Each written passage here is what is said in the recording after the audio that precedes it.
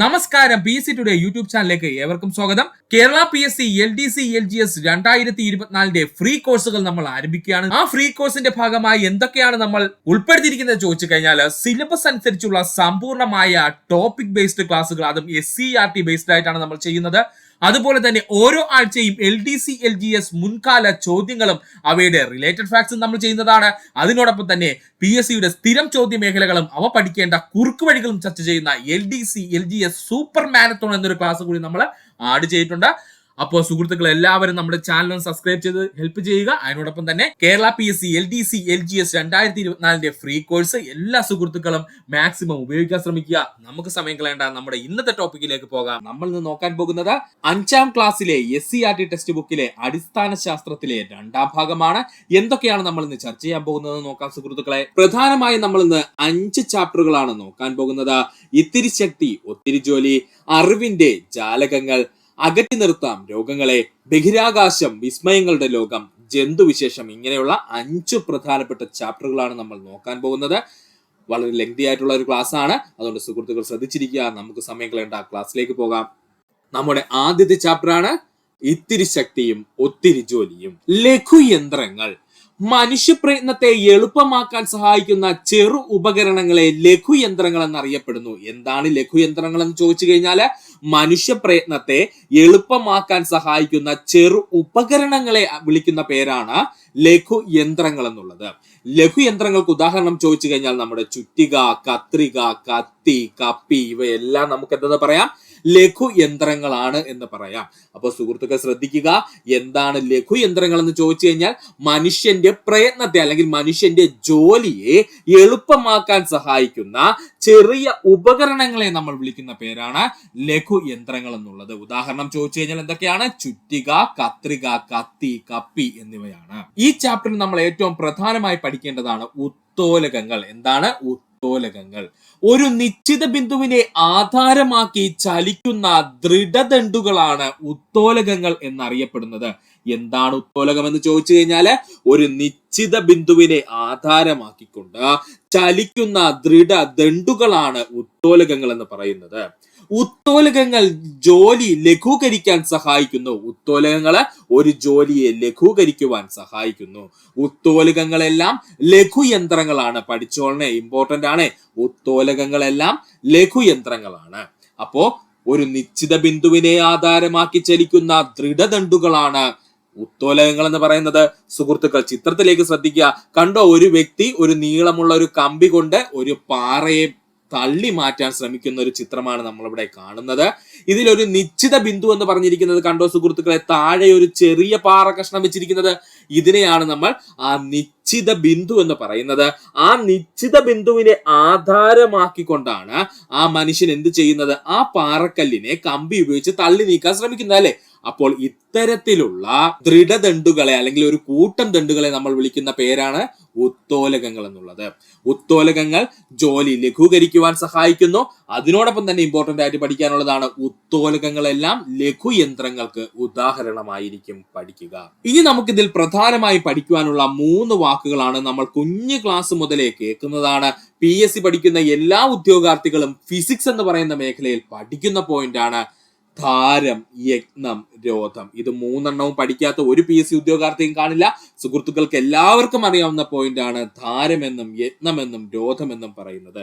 നമുക്ക് ആദ്യം നോക്കാനുള്ളത് ധാരമാണ്. ഇത് 3 പഠിച്ചാൽ മാത്രമേ ഇനി അങ്ങോട്ട് പറയുന്ന പോയിന്റ്സ് നമുക്ക് മനസ്സിലാകുള്ളൂ. അപ്പോ ധാരം എന്നുള്ളത് നമുക്ക് ആദ്യം നോക്കാം. എന്താണ് ധാരം സുഹൃത്തുക്കളെ? ഉത്തോലകം ചലിക്കാൻ ആധാരമാകുന്ന ബിന്ദുവാണ് ധാരം എന്ന് പറയുന്നത്. ഇവിടെ ഉത്തോലകം ചലിക്കുന്നത് ഏതിലാണ്? ഈ കല്ലിനെ ആസ്പദമാക്കിയല്ലേ സുഹൃത്തുക്കളെ? അപ്പോൾ ആ കല്ലിനെ നമുക്ക്, ആ ചെറിയ കല്ലിനെ നമുക്ക് എന്തെന്ന് വിളിക്കാം? ധാരം എന്ന് വിളിക്കാം. അപ്പോൾ ഉത്തോലകം ചലിക്കാൻ ആധാരമായിരിക്കുന്ന ബിന്ദുവിനെ നമ്മൾ ധാരം എന്ന് വിളിക്കുന്നു. ഉത്തോലകം ചലിക്കുന്നതിന് ആധാരമായിട്ടുള്ള ബിന്ദുവാണ് ധാരം എന്ന് പറയുന്നത്. ധാരത്തിന് ചലിക്കുവാൻ കഴിയില്ല. പഠിച്ചോളനെ, ധാരത്തിന് ചലനമില്ല. അതവിടെ ചലനമില്ലാതെ ഇരിക്കുന്ന ഒരു വസ്തുവാണ്. ഓക്കെയാണ്. അടുത്തതാണ് യത്നം എന്ന് പറയുന്നത്. യത്നം എന്ന് പറഞ്ഞു കഴിഞ്ഞാൽ ഒന്നുമില്ല, ജോലി എന്നങ്ങ് കരുതുക. നമ്മൾ ചെയ്യുന്ന ജോലിനെയാണ് യത്നം എന്ന് പറയുന്നത്, അല്ലെങ്കിൽ നമ്മൾ ചെലുത്തുന്ന ബലത്തിനെ നമുക്ക് എന്തെന്ന് വിളിക്കാം? യത്നം എന്ന് വിളിക്കാം. ഒന്നുകിൽ യത്നത്തിനെ എന്തെന്ന് പറയാം? നമ്മൾ ചെയ്യുന്ന ജോലിയെ നമുക്ക് യത്നം എന്ന് പറയാം. അല്ലെന്നുണ്ടെങ്കിൽ നമ്മൾ പ്രയോഗിക്കുന്ന ബലത്തിനെ നമുക്ക് എന്തെന്ന് പറയാം? യത്നം എന്ന് പറയാം. ഇവിടെ ആ മനുഷ്യനൊരു കമ്പിപ്പാരയിൽ പിടിച്ചിരിക്കുന്നുണ്ടോ സുഹൃത്തുക്കളെ? ആ കമ്പിപ്പാര പിടിച്ചിട്ട് അയാൾ വെറുതെ ഇരിക്കുവാണോ? അല്ലല്ലേ. അയാൾ എന്ത് ചെയ്യുന്നുണ്ട്? താഴേക്കൊരു ബലം എന്ത് ചെയ്യുന്നുണ്ട്? കൊടുക്കുന്നുണ്ടല്ലേ. അതുകൊണ്ട് തന്നെ നമുക്ക് പറയാം അവിടെ യജ്ഞം നടന്നിരിക്കുന്നത് ആ കമ്പിയുടെ തുമ്പ് ഭാഗത്താണ്, അല്ലെങ്കിൽ അഗ്രഭാഗത്താണ് നമുക്ക് പറയാം. കാരണം ആ കമ്പിയുടെ അഗ്രഭാഗത്താണ് അയാൾ പിടിച്ചിരിക്കുന്നത്. ആ മനുഷ്യൻ എന്ത് ചെയ്യുന്നു? ശക്തമായിട്ട് താഴേക്ക് കമ്പിയെ ചലിപ്പിക്കാൻ ശ്രമിക്കുകയാണല്ലേ സുഹൃത്തുക്കളെ. അതുകൊണ്ട് തന്നെ നമുക്ക് പറയാം യജ്ഞം എന്ന് പറയുന്നത് ഒരു മനുഷ്യൻ അല്ലെങ്കിൽ ഒരു വ്യക്തി ചെയ്യുന്ന ജോലി, അല്ലെങ്കിൽ നമുക്കതിനെ ആ ഒരു വ്യക്തി ചെയ്യുന്ന ബലമാണ്, അല്ലെങ്കിൽ നമ്മൾ ഒരു വസ്തുവിന്മേൽ ചെലുത്തുന്ന ബലത്തിനെ നമുക്ക് യജ്ഞം എന്ന് പറയാം. ഇനി രോധമാണ് നമുക്ക് നോക്കാനുള്ളത്. എല്ലാ സുഹൃത്തുക്കൾക്കും അങ്ങോട്ടും ഇങ്ങോട്ടും തിരിഞ്ഞു പോകുന്ന കാര്യമാണ് ഈ ധാരവും രോധവും തമ്മിൽ. നമുക്ക് ഇവിടെ വെച്ചങ്ങ് പഠിക്കാം എന്താണ് രോധം. രോധം അല്ലെങ്കിൽ നമുക്ക് അവനെ പറയാം പ്രതിരോധം എന്ന് ജസ്റ്റ് പഠിക്കാൻ വേണ്ടി ഞാൻ പറയുകയാണ് കേട്ടോ. പ്രതിരോധം, എന്തിനെങ്കിലും എതിർത്തു നിൽക്കുക. അപ്പോൾ നമ്മൾ പ്രയോഗിക്കുന്ന ബലത്തിനെ എതിർത്ത് നിൽക്കാൻ ശേഷിയുള്ള മറ്റെന്തോ ഒരു വസ്തു ഉണ്ടല്ലോ സുഹൃത്തുക്കളെ. ആ വസ്തുവിനെ, അല്ലെങ്കിൽ പ്രതിരോധിക്കാൻ കഴിവുള്ള ഒരു വസ്തു ഉണ്ടല്ലോ, ആ വസ്തുവിനെ നമ്മൾ വിളിക്കുന്ന പേരാണ് രോധം എന്ന് പറയുന്നത്. യജ്ഞം ഉപയോഗിച്ച് നേരിടുന്ന പ്രതിരോധത്തെ നമ്മൾ രോധം എന്ന് പറയുന്നു. ഓക്കെയാണ്. ഇവിടെ അപ്പോ പ്രതിരോധമായി നിൽക്കുന്നത് ആരാണ്? ഈ വലിയ പാറയാണല്ലേ സുഹൃത്തുക്കളെ. ഈ വലിയ പാറയാണ് ആ മനുഷ്യൻ തള്ളി നീക്കാൻ ശ്രമിക്കുന്നത്. അതുകൊണ്ട് തന്നെ അയാൾ ചെയ്യുന്ന ജോലിയെ എതിർത്ത് നിൽക്കുന്നത് ആരാണ്? ഇവിടെ പാറയാണ്. അല്ലെങ്കിൽ അയാൾ കൊടുക്കുന്ന ബലത്തിനെ എതിർത്ത് നിൽക്കുന്നത് ആരാണ്? പാറയാണ്. അതുകൊണ്ട് നമുക്കിവിടെ പാറയെ നമ്മുടെ രോധം എന്ന് പറയാം. പാറയെ നമുക്ക് രോധം എന്ന് പറയാം. അപ്പൊ ഒന്നുകൂടി പറയാം സുഹൃത്തുക്കളെ, ഒരു കൺഫ്യൂഷനും വേണ്ട, വളരെ ഈസിയാണ്. എന്താണ് ധാരം എന്ന് ചോദിച്ചു കഴിഞ്ഞാല് ചലിക്കാൻ കഴിയാത്ത, എവിടെയെങ്കിലും ഒരു സ്ഥലത്ത് വെച്ചാൽ അവിടെ തന്നെ എന്ത് ചെയ്യും? ഫിക്സഡ് ആയിട്ടിരിക്കുന്ന ഒരു ബിന്ദു അല്ലെങ്കിൽ ഒരു പോയിന്റിനെ നമ്മൾ വിളിക്കുന്ന പേരാണ് ധാരം എന്ന് പറയുന്നത്. അപ്പോൾ ഒരു ഉത്തോലകത്തിലെ ചലനമില്ലാത്ത, ഒരു സ്ഥലത്ത് സ്റ്റേഷനറി ആയിട്ടിരിക്കുന്ന, ഒരു സ്ഥലത്ത് മൂവ്മെന്റ് ഇല്ലാതെ ഇരിക്കുന്ന ഒരു പോയിന്റിനെ നമ്മൾ വിളിക്കുന്ന, അല്ലെങ്കിൽ പിവേർട്ടഡ് എന്നൊക്കെ നമ്മൾ ഇംഗ്ലീഷിൽ പറയും കേട്ടോ. അങ്ങനെ പിവേർട്ടഡ് ആയിട്ടിരിക്കുന്ന ഒരു പോയിന്റിനെ നമ്മൾ വിളിക്കുന്ന പേരാണ് ധാരം എന്ന് പറയുന്നത്. ചിത്രത്തിൽ ധാരം എന്ന് പറഞ്ഞു കഴിഞ്ഞാൽ ആ ചെറിയ കല്ലാണ്. കാരണം ആ കല്ലിന് അനക്കമൊന്നും സംഭവിക്കില്ല. ഓർക്കുക. എന്താണ് യജ്ഞം എന്ന് ചോദിച്ചു കഴിഞ്ഞാല് നാം ചെയ്യുന്ന ജോലി അല്ലെങ്കിൽ ഒരു വ്യക്തി പ്രയോഗിക്കുന്ന ബലത്തിനെ നമ്മൾ വിളിക്കുന്ന പേരാണ് അയാൾ ചെയ്യുന്ന യജ്ഞം എന്നുള്ളത്. ഒരു വ്യക്തി ചെയ്യുന്ന ജോലി, അല്ലെങ്കിൽ നമുക്ക് പറയാം ഒരു വ്യക്തി ചെലുത്തുന്ന ബലത്തിനെ നമുക്ക് എന്തെന്ന് പറയാം? യജ്ഞം എന്ന് പറയാം. ഇവിടെ ആ മനുഷ്യൻ ആ വലിയ കമ്പിനെ താഴേക്ക്, അല്ലെങ്കിൽ ആ കമ്പിപ്പാരയെ താഴേക്ക് താഴ്ത്താൻ ശ്രമിക്കുന്നുണ്ട്. അപ്പോൾ ആ വ്യക്തി എന്ത് ചെയ്യുന്നുണ്ട്? ഒരു ബലം ആ കമ്പിപ്പാരയിൽ താഴേക്ക് ചെലുത്തുന്നുണ്ട്. അല്ലെങ്കിൽ നമുക്ക് പറയാം ആ വ്യക്തി അവിടെ ഒരു ജോലി ചെയ്യുന്നുണ്ടെന്ന് നമുക്ക് പറയാം. ഇനി മൂന്നാമതായി നമ്മൾ പറഞ്ഞതാണ് രോധത്തിനെ പറ്റി. രോധം എന്ന് പറഞ്ഞു കഴിഞ്ഞാൽ വേറൊന്നുമില്ല, ഒരു പ്രതിരോധം. അതായത് നമ്മൾ ചെയ്യുന്ന ജോലിക്കെതിരെയുള്ള ഒരു പ്രതിരോധത്തിനെയാണ് നമ്മൾ രോധം എന്ന് പറയുന്നത്. ഇവിടെ രോധം ആരും ചോദിച്ചാൽ ആ വലിയ പാറയാണ്. ആ മനുഷ്യൻ ആ വലിയ പാറയെ നീക്കാനായിട്ടാണ് അത്രയും ബലം പ്രയോഗിക്കുന്നത്. പക്ഷെ ആ പാറ നീങ്ങുന്നുണ്ടോ? വളരെ ചെറിയ രീതിയിൽ എന്ത് ചെയ്യും? നീങ്ങി തുടങ്ങുകയുള്ളൂ. അതിനുള്ള കാരണം എന്തെന്ന് ചോദിച്ചാൽ ആ പാറയ്ക്ക് ഭാരം കൂടുതലാണ്. അതുപോലെ തന്നെ ഇവിടെ ആ പാറ ഒരു പ്രതിരോധം സൃഷ്ടിക്കുന്നുണ്ട്. എന്തിനാണ്? ആ മനുഷ്യൻ ചെയ്ത യജ്ഞത്തിനെതിരെ. അപ്പോ ഒരു ഉത്തോലകം എന്ന് പറഞ്ഞു കഴിഞ്ഞാല് ആ ഉത്തോലകത്തിൽ 3 പ്രധാനപ്പെട്ട ഭാഗങ്ങൾ വേണം.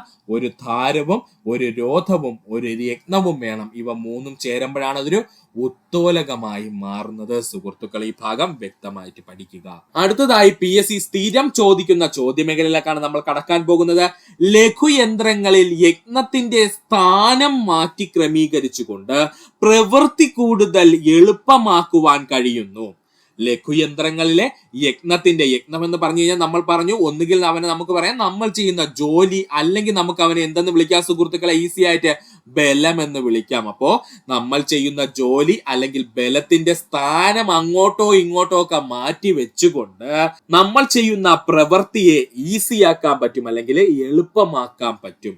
അങ്ങനെ 3 രീതിയിൽ നമുക്ക് എന്ത് ചെയ്യാം? നമ്മുടെ ബലം, നമ്മൾ പ്രയോഗിക്കുന്ന ബലത്തിനെ മാറ്റിക്കൊണ്ട് നമുക്ക് 3 രീതിയിൽ ഉത്തോലകങ്ങളെ ക്രമീകരിക്കാൻ പറ്റും.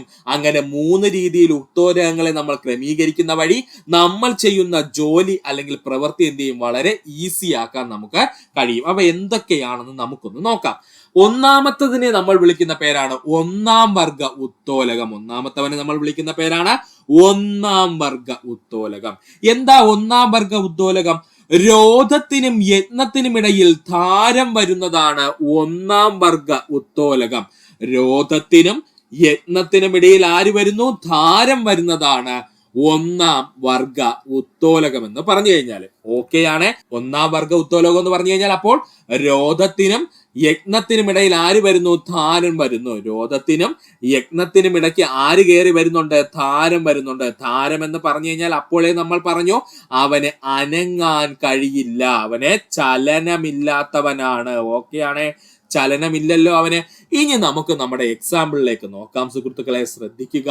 ആദ്യമായിട്ട് നമുക്കുള്ള എക്സാമ്പിൾ ആണ് കത്രിക. ഒന്നാം വർഗ ഉത്തോലകത്തിന്റെ ഏറ്റവും പ്രധാനപ്പെട്ട എക്സാമ്പിളും PSC ഏറ്റവും കൂടുതൽ പ്രീവിയസ് ആയി ചോദിച്ചിട്ടുള്ളതും കത്രികയാണ്.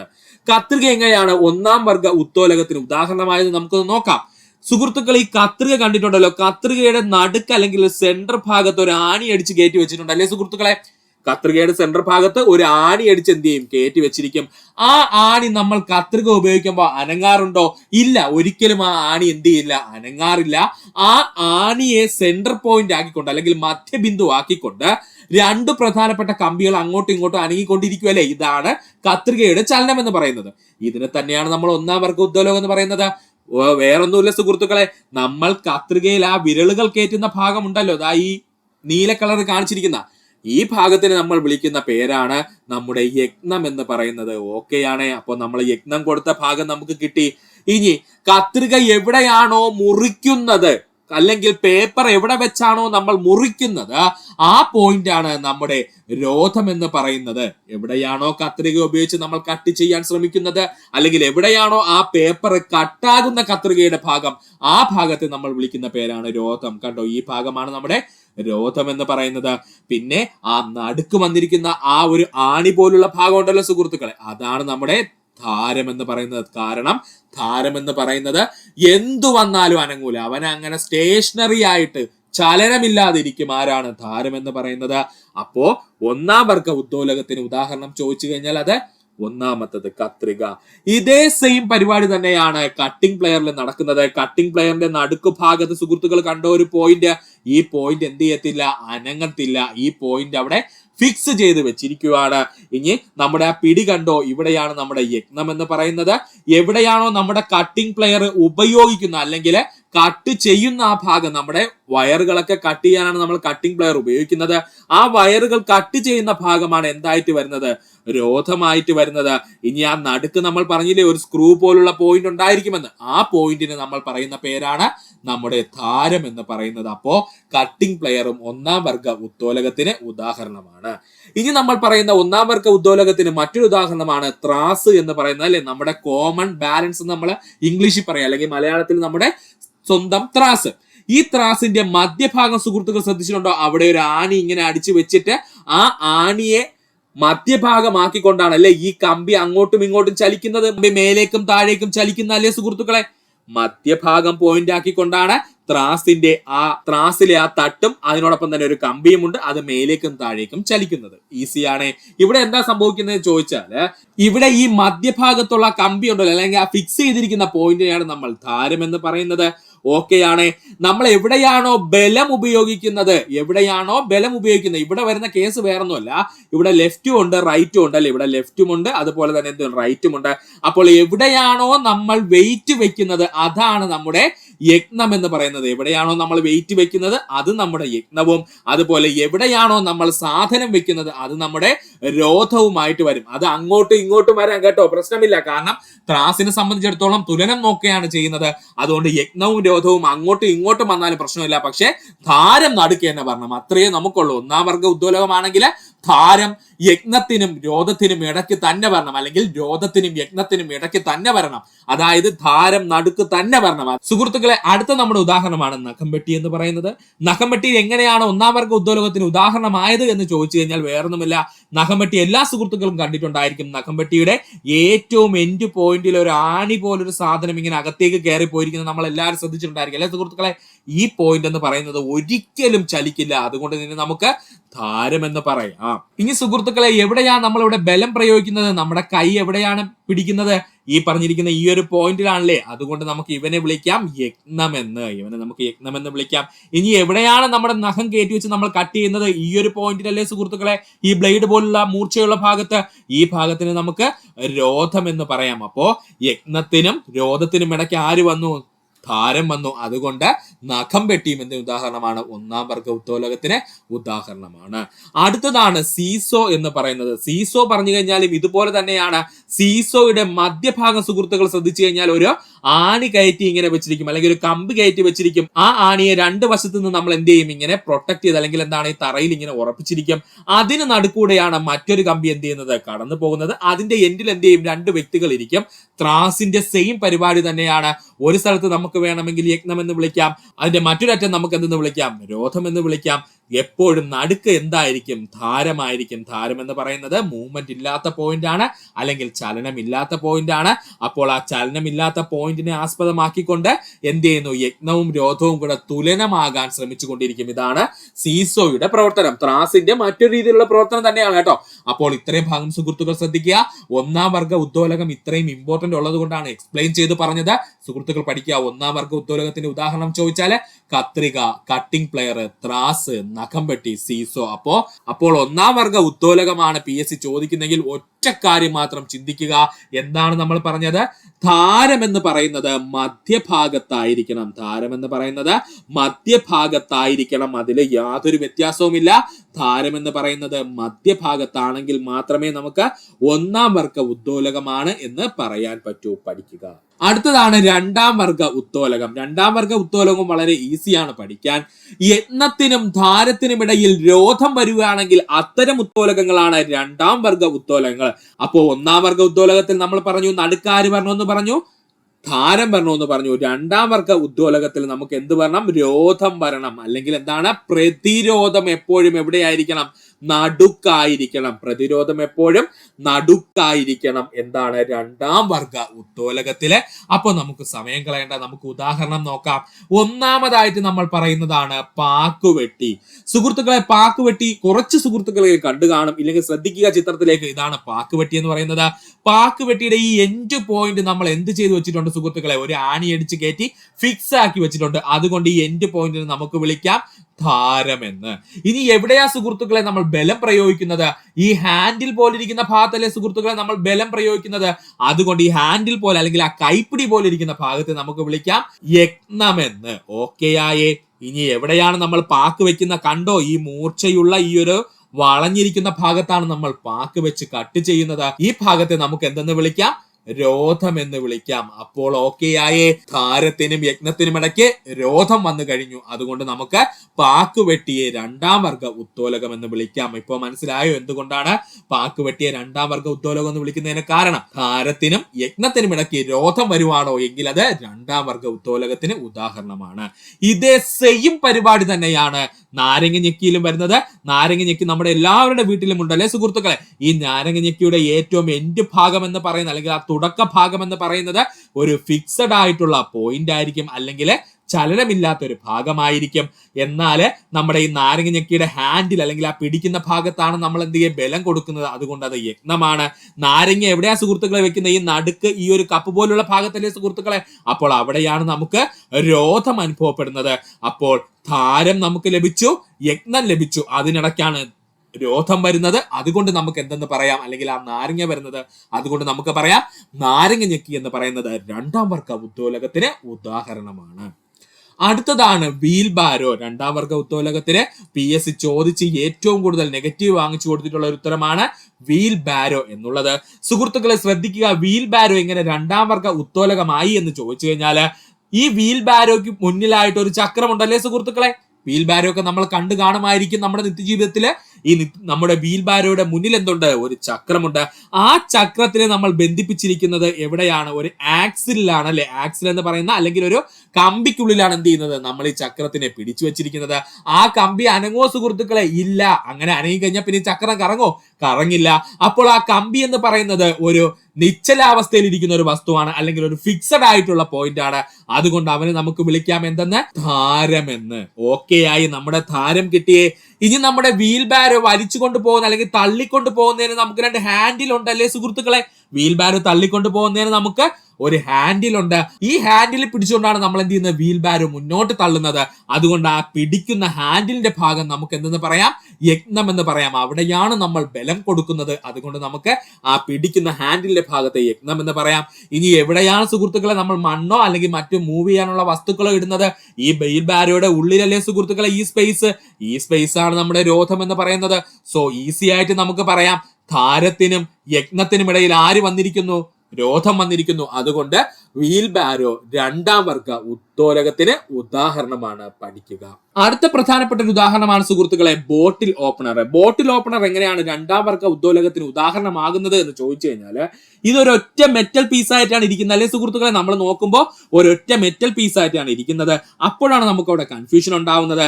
എന്നാൽ ഞാൻ ഇതിനെ 3ആയിട്ട് ഡിവൈഡ് ചെയ്യാൻ പോവുകയാണ് കേട്ടോ. കണ്ടോ, ഇങ്ങനെ 3 ഭാഗമായിട്ട് ഡിവൈഡ് ചെയ്യാൻ പോവുകയാണ്. ഞാൻ കൈപിടിക്കുന്ന ഈ ഒരു ഭാഗത്തായിരിക്കും അല്ലെ? അതുകൊണ്ട് എന്റെ യജ്ഞം എന്ന് പറയുന്നത് പോയിന്റിലായിരിക്കും. അതുപോലെ തന്നെ ഈ ഒരു ഭാഗം കണ്ടോ സുഹൃത്തുക്കളെ? ഈ ഒരു ഭാഗം ഇവിടെ ഫിക്സഡ് ആയിട്ടിരിക്കുകയാണ്, അവൻ അനങ്ങത്തില്ല. നമ്മൾ ബോട്ടിൽ ഓപ്പൺ ചെയ്യുന്ന സമയത്ത് ശ്രദ്ധിച്ചാൽ മതി, ഈ ഒരു പോയിന്റ് അവിടെ ഫിക്സഡ് ആയിട്ട് ഇരുന്നിട്ടായിരിക്കും എന്ത് ചെയ്യുന്നത്? ആ ബോട്ടിലിന്റെ ക്യാപ്പ് മുകളിലേക്ക് പൊങ്ങി വരുന്നത്. അതായത് ഈ പിടുത്തമുണ്ടല്ലോ, ഈ ഒരു പോയിന്റ് എന്ന് പറയുന്നത് അവിടെ ഫിക്സ് ആയിട്ട് ഇരുന്നിട്ട് ഇവിടം വരുന്ന ഭാഗമായിരിക്കും എന്ത് ചെയ്യുന്നത്? മുകളിലേക്ക് പൊങ്ങുന്നതല്ലേ? ബോട്ടിൽ ഓപ്പൺ ചെയ്തവർക്ക് അറിയാൻ പറ്റും. അപ്പോൾ അങ്ങനെയാണ് ഇത് പൊങ്ങി വരുന്നത്. അതുകൊണ്ട് ഈ ഭാഗത്തിന് നമുക്ക് എന്തെന്ന് വിളിക്കാം? ധാരം എന്ന് പറയാം. ഇനി എവിടെയാണ് ആ ബോട്ടിലിന്റെ അടപ്പ് പൊങ്ങി വരുന്നത്? ഈ ഒരു പോർഷനിലാണ് പൊങ്ങി വരുന്നത്. അതുകൊണ്ട് ഈ ഭാഗത്തിന് നമുക്ക് രോധം എന്ന് പറയാം. അപ്പോൾ ധാരത്തിനും യജ്ഞത്തിനും ഇടയിൽ രോധം വന്നു കഴിഞ്ഞു. അതുകൊണ്ട് നമുക്ക് പറയാം 2ാം വർഗ ഉത്തോലകത്തിന് ഉദാഹരണമാണ് ബോട്ടിൽ ഓപ്പണർ എന്ന് പറയുന്നത്. ഇത്രയും എക്സ്പ്ലെയിൻ ചെയ്ത് പറയുന്നത് സുഹൃത്തുക്കൾക്ക് കൺഫ്യൂഷൻ ഉണ്ടാവാതിരിക്കാനാണ്. എന്തുകൊണ്ടാണ് ഇങ്ങനെ സംഭവിക്കുന്നതെന്ന് പഠിച്ചു കഴിഞ്ഞാൽ പിന്നെ നമ്മൾ മറക്കത്തില്ല. അപ്പോൾ 2ാം വർഗ ഉത്തോലകം എന്ന് ചോദിച്ചു കഴിഞ്ഞാൽ ഒറ്റ പോയിന്റ് ഓർത്തു വെച്ചിരിക്കുക. നടുക്ക് വരാനുള്ളത് ആരാ സുഹൃത്തുക്കളെ? രോധമാണ്. നടുക്ക് വരാനുള്ളത് ആരാണ്? നമ്മുടെ രോധമാണ് നടുക്ക് വരാനുള്ളത്. പഠിക്കുക. അടുത്തതാണ് 3ാം വർഗ ഉത്തോലകം. രോധത്തിനും ധാരത്തിനും ഇടയിൽ യജ്ഞം വരുന്നതാണ് 3ാം വർഗ ഉത്തോലകം. രോധത്തിനും ധാരത്തിനും ഇടയ്ക്ക് യജ്ഞം വരികയാണെങ്കിൽ അതിനെ നമ്മൾ വിളിക്കുന്ന പേരാണ് 3ാം വർഗ ഉത്തോലകം എന്ന് പറയുന്നത്. ഒന്നുകൂടി പറയാം, എന്താണ് 3ാം വർഗ ഉത്തോലകം എന്ന് ചോദിച്ചു കഴിഞ്ഞാല്, രോധത്തിനും ധാരത്തിനും ഇടയിലെ യജ്ഞം വരികയാണെങ്കിൽ നമുക്ക് പറയാം അതിനെ 3ാം വർഗ ഉത്തോലകം എന്ന്. 3ാം വർഗ ഉത്തോലകത്തിന് ഉദാഹരണമായിട്ട് PSC ഏറ്റവും കൂടുതൽ ചോദിച്ചിട്ടുള്ളതാണ് ചവണ. അപ്പൊ ചവണയെന്ന് തന്നെ നമുക്ക് ആരംഭിക്കാം. സുഹൃത്തുക്കളെ ശ്രദ്ധിക്കുക, ഈ ചവണയുടെ ഏറ്റവും അഗ്രഭാഗം എങ്ങനെയാണ്? അഗ്രഭാഗം 2 കമ്പികൾ എന്ത് ചെയ്യുന്നു? ഇങ്ങനെ ഒട്ടിച്ചു വെച്ചിരിക്കുന്ന പോലെയാണ് ഇരിക്കുന്നത് അല്ലെ? ചവണ കണ്ടു കാണുമല്ലോ സുഹൃത്തുക്കളെ? അങ്ങനെ കണ്ടില്ല സുഹൃത്തുക്കൾ ശ്രദ്ധിക്കുക ചിത്രത്തിലേക്ക്. ഈ പറഞ്ഞിരിക്കുന്ന ചവണയുടെ അഗ്രഭാഗം എന്താണ്? 2 കമ്പികൾ ഇങ്ങനെ വെൽഡ് ചെയ്ത് അല്ലെങ്കിൽ ഒന്നിപ്പിച്ച് വെച്ചിരിക്കുന്ന പോലെയാണ് ഇരിക്കുന്നത്. ആ ഭാഗം ഒരു കാരണവശാലും അനങ്ങാറില്ല. അതുകൊണ്ട് നമുക്ക് അവനെ വിളിക്കാം ധാരമെന്ന്. ഓക്കെയാണ്? ധാരം അനങ്ങില്ലേ? ഓക്കെയാണ്. ഇനി സുഹൃത്തുക്കളെ, ചവണ സാധാരണഗതിയിൽ എന്തിനാണ് നമ്മൾ ഉപയോഗിക്കുന്നത്? മുള്ളൊക്കെ എടുക്കാനാണ് നമ്മൾ ഉപയോഗിക്കുന്നത് അല്ലെ? ഈ മുള്ളെടുക്കണമെങ്കിൽ ഈ ഒരു കൂർത്ത അഗ്രഭാഗം ഉപയോഗിച്ചല്ലേ സുഹൃത്തുക്കളെ നമുക്ക് മുള്ളെടുക്കാൻ കഴിയുള്ളൂ. മുള്ളെടുക്കണമെങ്കിൽ നമ്മുടെ ആ കൂർത്ത ചവണയുടെ അഗ്രഭാഗം ഉപയോഗിച്ച് മാത്രമേ നമുക്ക് മുള്ളെടുക്കുവാൻ കഴിയുള്ളൂ. അതുകൊണ്ട് തന്നെ ഈ അഗ്രഭാഗത്താണ് എന്തുണ്ടാവുന്നത്? പ്രതിരോധം അല്ലെങ്കിൽ രോധം ഉണ്ടാകുന്നത്. ഓക്കെയായേ? ധാരം നമുക്ക് ലഭിച്ചു, രോധം നമുക്ക് ലഭിച്ചു. മുള്ളെടുക്കുന്ന ആ അഗ്രഭാഗം അല്ലെങ്കിൽ ആ കൂർത്തിരിക്കുന്ന ചവണയുടെ ഭാഗമാണ് രോധം എന്ന് പറയുന്നത്. എപ്പോഴും ചവണ നമ്മൾ എവിടെയായിരിക്കും സുഹൃത്തുക്കളെ പിടിക്കുന്ന? കണ്ടോ, ഇവിടെ ഒരു ഗ്രിപ്പുള്ള ഭാഗം. അതുകൊണ്ട് ഈ നടുഭാഗത്തായിരിക്കും നമ്മൾ എന്ത് ചെയ്യുന്നത്? ചവണയെ പിടിക്കുന്നത്. അങ്ങനെ പിടിച്ചാൽ മാത്രമേ ഈ രോധമുള്ള ഭാഗം നല്ല ടൈറ്റ് ആയിട്ട് ഇറിവി വരുള്ളൂ അല്ലേ സുഹൃത്തുക്കളെ? അതുകൊണ്ട് ഇവിടെയാണ് നമ്മൾ യജ്ഞം ഉപയോഗിക്കുന്നത് അല്ലെങ്കിൽ ഒരു ബലം ഉപയോഗിക്കുന്നത് എന്ന് നമുക്ക് പറയാം. രോധത്തിനും ധാരത്തിനുമിടയ്ക്ക് ആര് വന്നു കഴിഞ്ഞു? യജ്ഞം വന്നു കഴിഞ്ഞു. അതുകൊണ്ടാണ് ചവണ മൂന്നാം വർഗ ഉത്തോലകത്തിന് ഉദാഹരണമായത്. രോധത്തിനും ധാരത്തിനും ഇടയ്ക്ക് യജ്ഞം വന്നത് കൊണ്ടാണ് മൂന്നാം വർഗ ഉത്തോലകത്തിന് ഉദാഹരണമായത് ആര്? ചവണ. ഇതേ പ്രവർത്തനം തന്നെയാണ് ഐസ് സ്റ്റോൺസിനും ഉണ്ടാകുന്നത്. ഐസ് സ്റ്റോൺസ് എന്ന് വെച്ചാൽ വേറൊന്നുമില്ല, ഐസ് കട്ടകൾ എടുക്കാനായിട്ട് ഉപയോഗിക്കുന്ന പ്രത്യേകതര ഉപകരണം. അതാണ് കേട്ടോ ഐസ് സ്റ്റോൺസ് എന്ന് പറയുന്നത്. ഈ ഐസ് സ്റ്റോൺസിന്റെ സുഹൃത്തുക്കൾ കണ്ടോ, ഈ അഗ്രഭാഗം എന്ന് പറയുന്നത് എന്താണ്? ധാരമാണ്. കാരണം അവ അനങ്ങില്ല. ഇനി നേരെ വന്നിട്ട് ഈ ഐസ് നമ്മൾ പിടിക്കുന്ന ഭാഗമുണ്ടല്ലോ, ഈ കപ്പ് പോലുള്ള, ഇവിടെയാണ് നമ്മുടെ പ്രതിരോധം, അല്ലെങ്കിൽ ഐസിനെയാണ് നമ്മൾ പ്രതിരോധമായിട്ട് ഉദ്ദേശിക്കുന്നത്. അപ്പോൾ അവിടെയാണ് നമ്മുടെ രോധം എന്ന് പറയുന്നത്. ഇനി ഈ ഐസ് നല്ല ടൈറ്റ് ആയിട്ട് പിടിക്കണമെങ്കിൽ നമ്മൾക്ക് എന്ത് ചെയ്യണം സുഹൃത്തുക്കളെ? ഇതിനിടയ്ക്ക് നമ്മൾ കൈവച്ച് പിടിക്കണ്ടേ? ഈ രണ്ട് കമ്പികളുടെ മധ്യഭാഗത്ത് നമ്മൾ കൈവച്ച് പിടിച്ചാൽ മാത്രമേ ആ ഐസ് നല്ല ടൈറ്റ് ആയിട്ട് നമ്മുടെ കയ്യിലേക്ക് ലഭിക്കുള്ളൂ. അതുകൊണ്ട് തന്നെ ഈ മധ്യഭാഗത്താണ് നമ്മൾ യജ്ഞം ഉപയോഗിക്കുന്നത്, അല്ലെങ്കിൽ ഒരു ബലം ഉപയോഗിക്കുന്നത്. അപ്പോൾ നമുക്ക് ഈസി ആയിട്ട് പറയാം, രോധത്തിനും അതുപോലെ ധാരത്തിനും ഇടയ്ക്ക് ആര് വന്നിരിക്കുന്നു? യജ്ഞം വന്നിരിക്കുന്നു. അതുകൊണ്ട് ഐസ് സ്റ്റോൺസും എന്തിന് ഉദാഹരണമാണ്? മൂന്നാം വർഗ ഉത്തോലകത്തിന് ഉദാഹരണമാണ്. ഇതുപോലെ തന്നെയാണ് സ്റ്റാപ്ലെയർ വരുന്നത്. സ്റ്റാപ്ലെയറിന്റെ ഏറ്റവും എൻഡ് ഭാഗം എന്ന് പറയുന്നത് എന്തായിരിക്കും? അത് ധാരമായിരിക്കും. ഇനി സ്റ്റാപ്ലെയറിനകത്ത് നമ്മൾ സ്റ്റാപ്ലെയറിന്റെ ആ പിന്ന് കയറുന്ന, പേപ്പറും പിന്നും കൂടെ കയറുന്ന ഭാഗം ഉണ്ടല്ലോ സുഹൃത്തുക്കളെ, അഗ്രഭാഗം, അതാണ് നമ്മുടെ രോധം എന്ന് പറയുന്നത്. ഇനി നമ്മൾ ഈ ഒരു പോർഷനിലല്ലേ സുഹൃത്തുക്കളെ ബലം നമ്മൾ നൽകുന്നത്. അതുകൊണ്ട് നമ്മുടെ യജ്ഞം എന്ന് പറയുന്നത് ആ സെൻട്രൽ ഭാഗത്താണ്. അപ്പോ ധാരത്തിനും രോധത്തിനുമിടയ്ക്ക് യജ്ഞം വന്നു കഴിഞ്ഞു. അതുകൊണ്ട് സ്റ്റാപ്ലെയർ എന്ന് പറയുന്നത് മൂന്നാം വർഗ ഉത്തോലകത്തിന് ഉദാഹരണമാണ്. ഇനി ചൂണ്ട എന്ന് പറയുന്നത് മൂന്നാം വർഗ ഉത്തോലകത്തിന് ഉദാഹരണമാണ്. ഇങ്ങനത്തെ ചൂണ്ട അല്ല കേട്ടോ, നമ്മുടെ അമേരിക്കൻ മോഡൽ ചൂണ്ടാളില്ലേ സുഹൃത്തുക്കളെ, വീശിയെറിയുന്ന അത്തരം ചൂണ്ടകള് നമ്മൾ കൈ പിടിക്കുന്ന ഭാഗം എന്തായിട്ട് വരും? നമ്മുടെ യജ്ഞമായിട്ട് വരും. ഇനി ചൂണ്ടയാണ് മറ്റൊരു ഉദാഹരണം മൂന്നാം വർഗ ഉത്തോലകത്തിന്. ഇങ്ങനത്തെ ചൂണ്ട അല്ല കേട്ടോ സുഹൃത്തുക്കളെ, നമ്മുടെ അമേരിക്കയിലേക്ക് ഉപയോഗിക്കുന്ന വീശിയെറിയുന്ന ചൂണ്ടകളുണ്ടല്ലോ, ഇപ്പൊ നമ്മുടെ യൂട്യൂബിലൊക്കെ കാണുന്നത്, അങ്ങനെയുള്ള ചൂണ്ടകൾ എന്തിനു ഉദാഹരണമാണ്? മൂന്നാം വർഗ ഉത്തോലകത്തിന് ഉദാഹരണമാണ്. കാരണം എന്തെന്ന് ചോദിച്ചാൽ അത്തരം ചൂണ്ടകൾ ഉപയോഗിക്കുന്നവർക്ക് അറിയാം, ആ ചൂണ്ടകളുടെ അഗ്രഭാഗം എന്ത് ചെയ്യും? നമ്മുടെ ശരീരത്ത് ചേർത്ത് അങ്ങ് പിടിക്കും. എന്നിട്ടാണ് എന്ത് ചെയ്യുന്നത്? നമ്മൾ മുകളിലേക്കും താഴേക്കും, ഇപ്പൊ മത്സ്യം കിട്ടിക്കഴിഞ്ഞാൽ മുകളിലേക്കും താഴേക്കും നമ്മളിങ്ങനെ വേവ് ഫോം ആയിട്ട് ഇങ്ങനെ പിടിക്കും അല്ലെ, മുകളിലേക്കും താഴേക്കും. നമ്മുടെ ശരീരത്തിലോട് നമ്മൾ ചേർത്ത് അനക്കാതെ വെച്ച ഭാഗം ഉണ്ടല്ലോ, അതാണ് നമ്മുടെ ധാരം എന്ന് പറയുന്നത്. അതുപോലെ തന്നെ ആ മത്സ്യം കൊളുത്തിയ ഭാഗമുണ്ടല്ലോ, അതാണ് നമ്മുടെ രോധം എന്ന് പറയുന്നത്. ഇനി നമ്മൾ എവിടെയാണോ ആ ചൂണ്ടയുടെ ഭാഗത്ത് പിടിച്ചിരിക്കുന്നത്, ആ ഭാഗം പിടിച്ചല്ലേ നമ്മൾ മേലോട്ട് താട്ടാക്കുന്നത്, ആ പിടിച്ചിരിക്കുന്ന ഭാഗത്തിന് നമ്മൾ വിളിക്കുന്ന പേരാണ് യജ്ഞം എന്ന് പറയുന്നത്. അങ്ങനെ നോക്കിക്കഴിഞ്ഞാലും ധാരത്തിനും അതുപോലെ തന്നെ രോധത്തിനും ഇടയ്ക്ക് ആര് വരുന്നുണ്ട്? യജ്ഞം വരുന്നുണ്ട്. അതുകൊണ്ട് അത് മൂന്നാം വർഗ ഉത്തോലകത്തിന് ഉദാഹരണമാണ്. ഇനി തയ്യൽ മെഷീന്റെ പ്രവർത്തനവും മൂന്നാം വർഗ ഉത്തോലകത്തിന് ഉദാഹരണമാണ്. ഇമ്പോർട്ടന്റ് ആണ് ഇത്രയും ഭാഗം, അതുകൊണ്ടാണ് ഇത്രയും എക്സ്പ്ലെയിൻ ചെയ്ത് പറഞ്ഞത്. സുഹൃത്തുക്കൾ പഠിക്കുക, ഇത്രയും ഭാഗം 1-2 തവണ റിപ്പീറ്റ് ചെയ്ത് തന്നെ പഠിക്കുക. കൺഫ്യൂഷൻ ഒന്നുമില്ലാതെ തന്നെ പഠിക്കുക, ഈസി ആയിട്ട് പഠിക്കുക. കപ്പി, ചക്രം, ചരിവുതലം എന്നിവ ജോലി എളുപ്പമാക്കുന്നതിന് ഉപയോഗിക്കുന്നു. ലാസ്റ്റ് പോയിന്റ് എന്താണ്? കപ്പി, ചക്രം, ചരിവുതലം എന്നിവ ജോലി എളുപ്പമാക്കാനായിട്ട് ഉപയോഗിക്കുന്നു. നമ്മൾ പണ്ടുകാലം മുതലേ ഉപയോഗിച്ച് തുടങ്ങിയതാണല്ലേ. കപ്പി ഉപയോഗിച്ച് നമുക്ക് താഴ്ഭാഗത്ത് നിന്ന് ജലമോ അല്ലെങ്കിൽ മറ്റെന്തെങ്കിലുമൊക്കെ താഴെ, ഒരുപാട് താഴ്ചയിൽ നിന്ന് എന്ത് ചെയ്യാം? മുകളിലേക്ക് വളരെ ഈസി ആയിട്ട് കൊണ്ടുവരാം.